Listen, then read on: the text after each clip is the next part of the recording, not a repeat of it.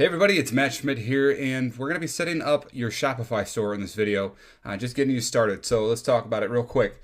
We're going to use the link that I provided to get yourself a 14-day free trial of Shopify. Get yourself in there, get everything set up, and then you can actually activate it in plenty of time and not worry about getting billed or anything before we get to actually having a store ready and set up for us.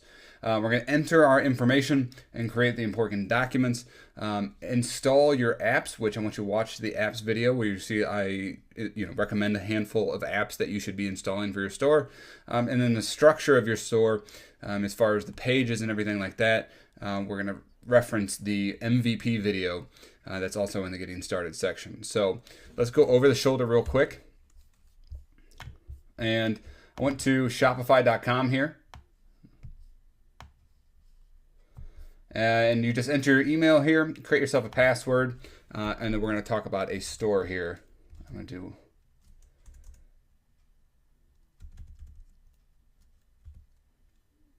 There we go. So that's just my store name there.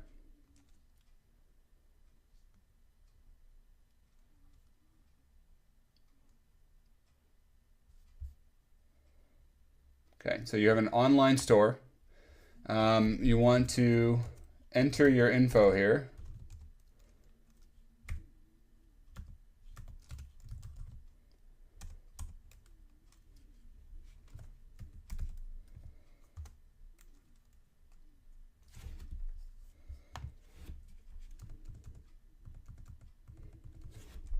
There we go. You can say if you're already selling, that's perfectly fine. Whatever you want to put in here. I don't even think they require it, so let's just go ahead and skip it over. And then you're going to be in your store.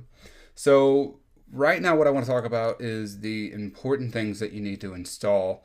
That you need to upload as far as information for your page and for a lot of trust factors that people are going to look for. We're going to talk about your term of service, your return policy, and things like that.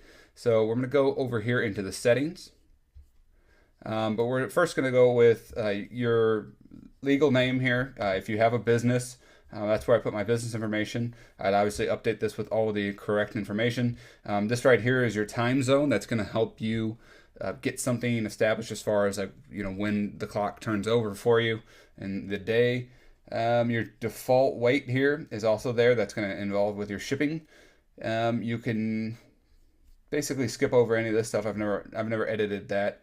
And then we want to go to payments. You want to complete your Shopify payments here. That's going to ask you for a handful of things. That's powered by Stripe. I have a couple stores that just use this, and they do very well. And if you want, though, you can add in PayPal here. You can edit that, tie it in with your PayPal account, whatever it is. And then that will get you the option for PayPal when your customers are checking out, which as an option will generally be, it'll be probably 30+% of your checkouts. Does that mean that those checkouts wouldn't be there? Otherwise, I'm not entirely sure, but as an option, a lot of people do prefer it. You can also do Amazon payments, which is something very interesting, and I'm going to probably start using very soon. Because Amazon's very, very trusted, and Amazon and Shopify are really getting closely connected in a lot of manners. And then there's a handful of other payments, including, I think, Bitcoin is in here. And if that's what you want to do, you can set all of those up.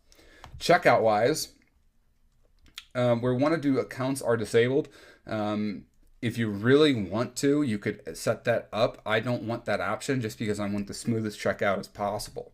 I would do your last name only. It's not very important for you to have their full name. You just want their email address, obviously. So you can have first and last name if you so choose. You don't need the company name. It's optional. You can do the second line if you want. Phone number, I wouldn't require it.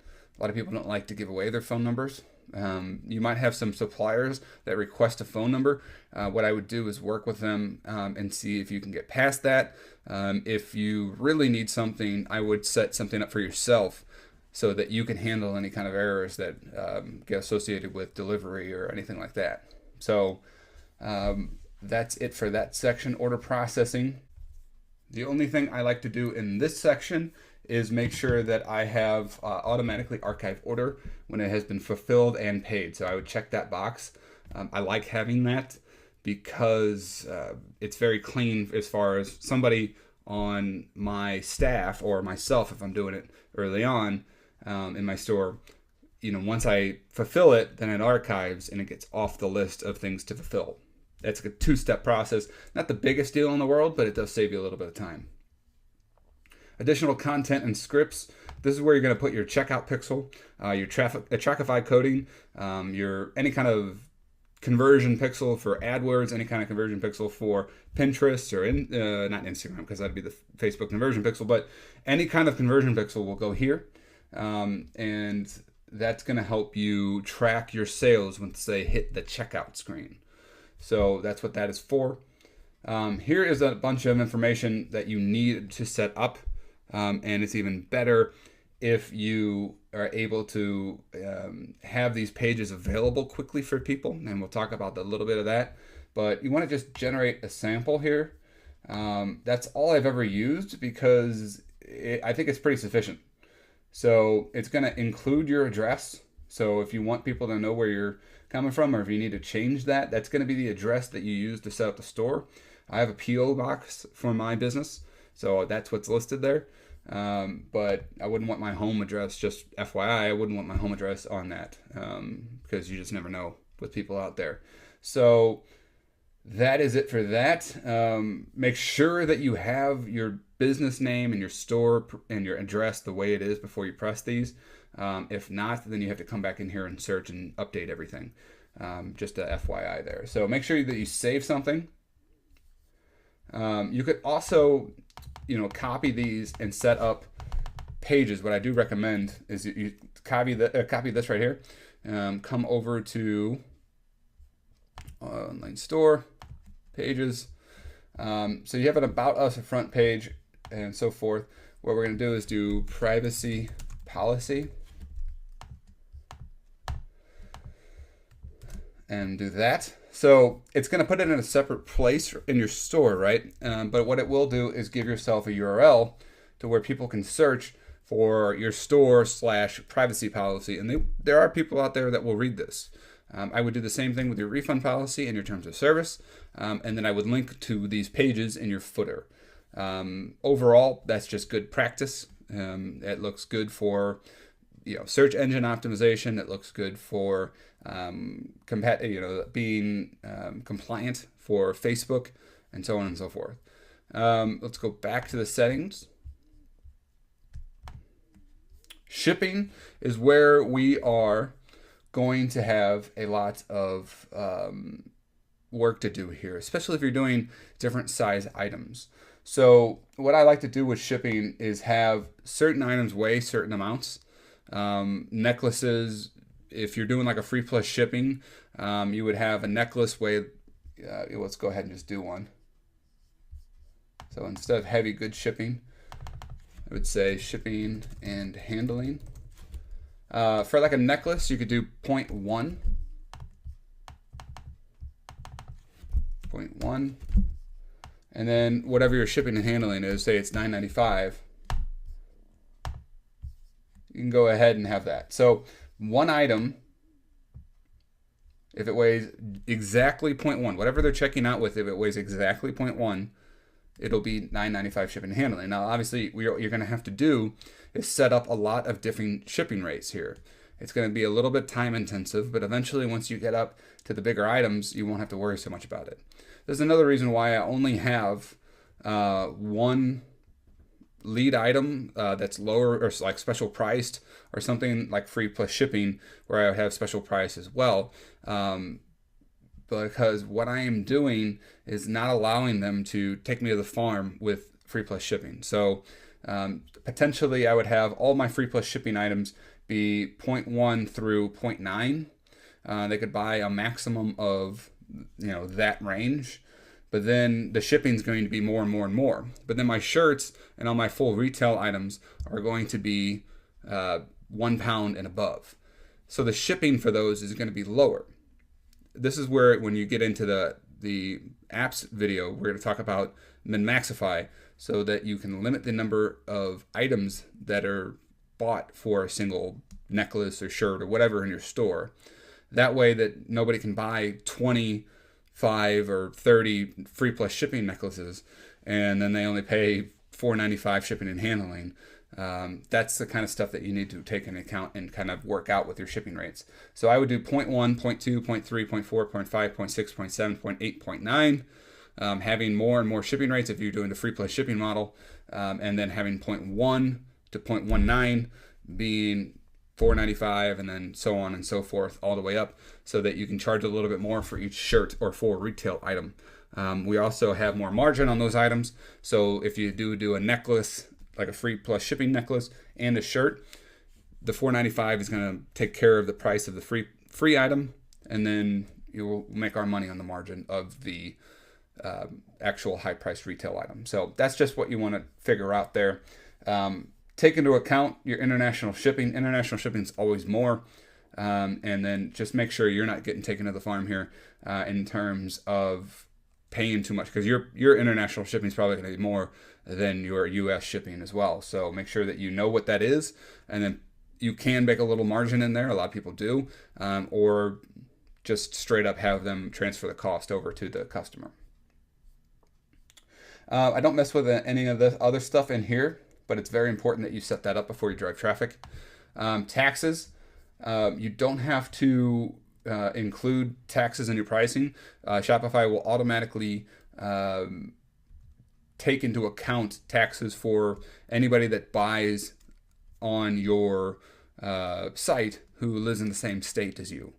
So just take that into consideration. But I would also consult with somebody, your tax accountant, to make sure you're 100% compliant, because I can't speak to the tax law wherever you are.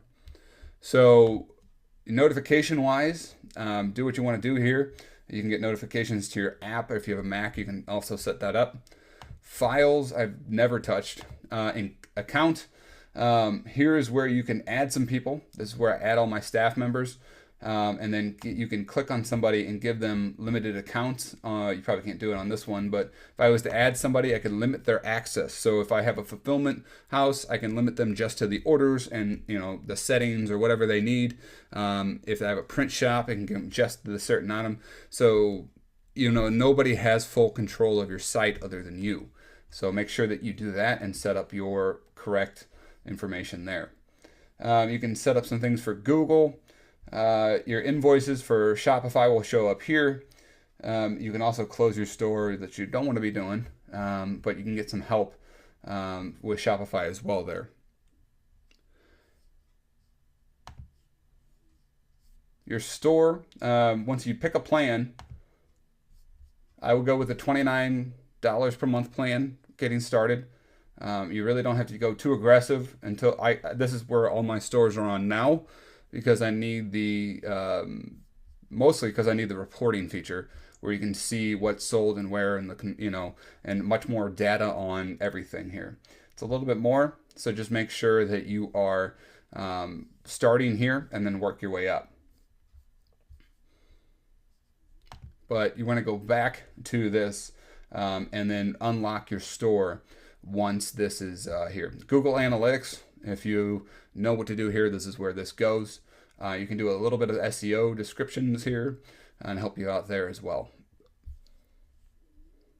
So here is where you're going to install all your apps. I want you to watch the app video for that.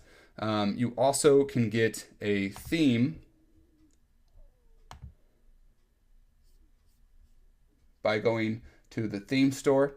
Just look for something. Watch the MVP model first. When getting started, it's not important that you go out and spend a whole bunch of money on a theme. I'll be straight up honest with you. If you have a theme that comes recommended from somebody else, that's amazing. Mine was custom coded. Cost me a whole lot of money, but that was something I needed in my business to be done. So what you need to do is just find something that looks appealing. And then when you're doing the MVP model, it's not all that important that you have an elaborate theme right off the bat, and bring some money into your store and then go out and get yourself a good quality theme. That's going to boost your conversion rates from there. But you have to spend a little money to get there. So that's just something to take into consideration. Domains. This is where you're going to, you could buy a new domain. I just go through my hosting company. I have GoDaddy. Buy a domain there, and then go over and add the existing domain. Type in your domain, add it, and then follow Shopify's instructions for whatever hosting account that you're on. They have great information as far as what and how to set everything up, and that'll help you get that going. That way, it's not teststore@myshopify.com. It's, mattstore.com, so on and so forth. So that is it. Go over to the MVP model to understand the structure of your store. That's where we're going to be talking more about the pages and the navigation. This is where you would modify both of those things. One of the things if you do have plans of doing your blog, that's great. Other than that, I would recommend that you get rid of the blog and then follow the rest. Pretty simple to do. Just click on this and modify it just as I say in that video. And then the apps video, like I said, back over here, you go ahead and install your apps and make sure you follow the links that I have for those. So that is it. Hope to see you in the next video. Take care.